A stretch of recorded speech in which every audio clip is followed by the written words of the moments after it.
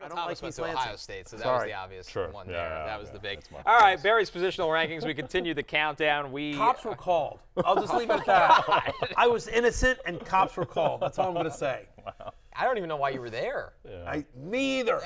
Like, how does one end up in East Lansing if not for school? Literally, somebody got married. I had to go. I went to a wedding there, and like, why are you getting married? Don't get me started. There's a lot to unpack. This is definitely Friday, a segment on Fridays. So stick with us, like and subscribe to the show, and you'll never miss the breakdown. All right, positional rankings 31 through 50 today, and we will kick it off with 31 through 40, starting with Breece Hall at the top there. And let's stop right there, because I feel like there's a lot of different conversations around Breece Hall's ADP right now, where he'll be to start the season. We know the talent. If he stayed healthy last year, this is a guy that would probably be a first-round pick in fantasy. But as much as the Jets, pound their chest with GPS numbers on Breece and they think he'll be ready for Week 1, Barry, it feels like there's not a lot of conviction that he will be a workhorse back for at least the month of September. Right, and I think a lot of people might be, kind of curious about why his ADP is where he is. And so right now, a lot of the average draft positions are based on best ball. And best ball, especially when you're in some of these bigger tournaments, like Underdog, which our friend and former colleague Pat Carrain won last year, you want to gear towards the end, right? Weeks 15, 16, 17, the fantasy playoffs for all of us in season long, but in best ball, obviously, as well. And so the idea is that even if he's, especially in best ball, if he's not great the first half of the season, who cares? As long as he's back to being Breece Hall in capital letters and getting 20 touches a game on what we expect to be a much improved offense, as you head into the fantasy playoffs and then ultimately in weeks 15, 16, and 17, that's pretty interesting. He'd be a top 10 pick if you knew that for sure. So the fact that he's currently going inside the top 30 overall, that's why that is. The longer that Dalvin Cook doesn't sign, and the longer that the job is just Breece Hall's, the better you feel about him as well. The question is just sort of health, but I think ultimately in terms of this is a guy that you should count on more for the second half of the year than the first half. Yeah, I'm a little bit concerned about Breece Hall, and it's a shame because I think had he not gotten hurt, he would have been in the conversation to be a top 3, top 5 pick. Like, I think he had that kind of upside. He was just hitting his stride when he went down. He had the home run, the 77-yard touchdown or whatever against the Broncos before he got hurt. But I'm just worried about what his workload is going to be like early, the fact that Aaron Rodgers' offense, potentially they bring in a veteran for more competition as well. So I think with fantasy, it's always what potential downside do you feel worse about, and what keeps you up at night more? Is it Breece Hall and the injury stuff, or is it Travis Etienne getting Tank Bigsby cutting into him and Doug Peterson's offense being a timeshare? Is it Jahmyr Gibbs just being a rookie and not being established? I think I would probably take Etienne and Gibbs over Breece Hall, but certainly Breece Hall could be a top 10 running back. By the way, in the minute if they sign Dalvin Cook or they sign a credible veteran, he'll move down. Move down those ranks. You know what I mean? As of right now, I have him slightly ahead of Etienne and Gibbs because as much as I love Jahmyr Gibbs, like, Dave Montgomery's getting 200 touches. Like, he just is in that offense, right?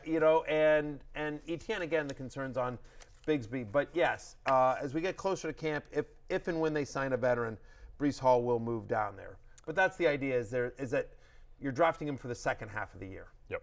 Back to the rankings, Breece Hall followed by Travis Etienne and Jahmyr Gibbs, then Keenan Allen and DeAndre Hopkins. At 36, though, Najee Harris, who, listen, with Najee, it's all been about volume. The Steelers' offensive line has struggled specifically last year. They have made some improvements to it.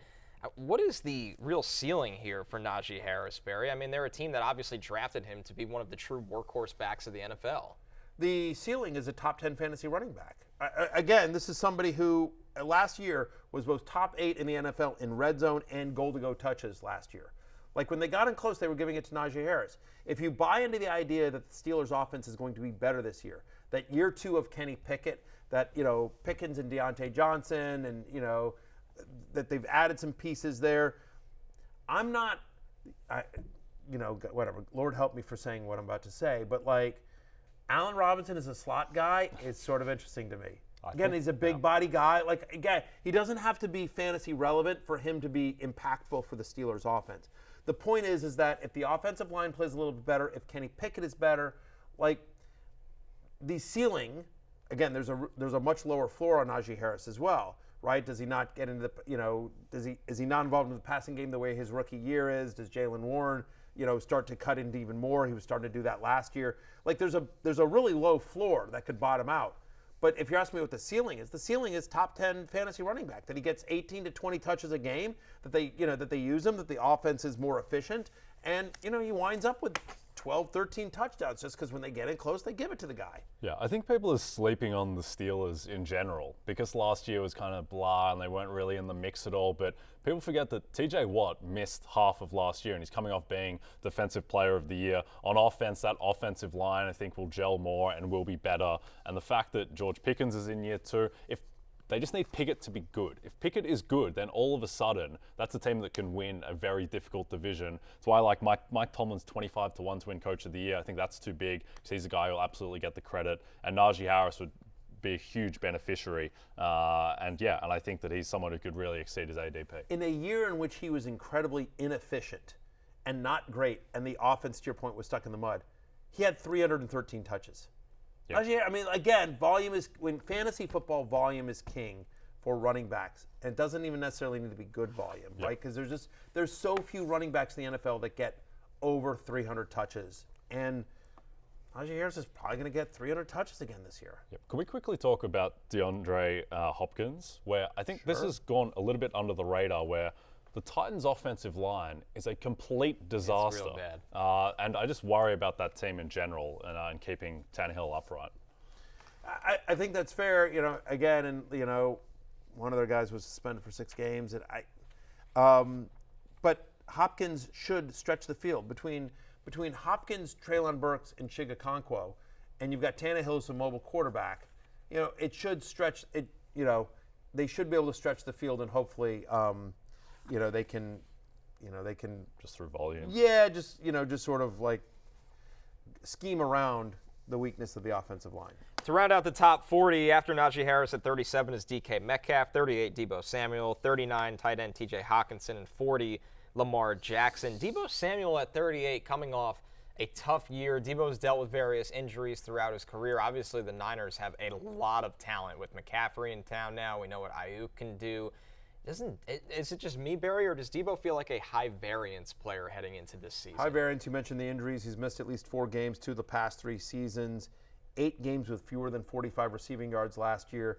And it does feel like a lot of the, for lack of a better way to phrase it, a lot of the Wildcat stuff is going to be more McCaffrey now than it was Deebo Samuel. That was one of the appeals of Deebo Samuel prior to McCaffrey showing up, is like, hey, they're gonna do jet sweeps with this guy. They're gonna line him up in the backfield. They're gonna generate ways to get the ball in his hands, and I think that will still happen, but maybe not as frequently because you have Chris McCaffrey, who you're paying a lot of money to, and who is built for that, right? And so you just make Deebo like kind of a pure wide receiver, and then you've also got Brandon Ayuk, and you've also got George Kittle, and you've suddenly, there's a lot of mouths to feed in a very good offense there. So if there's a positive here, he was second on the team in red zone touches last year.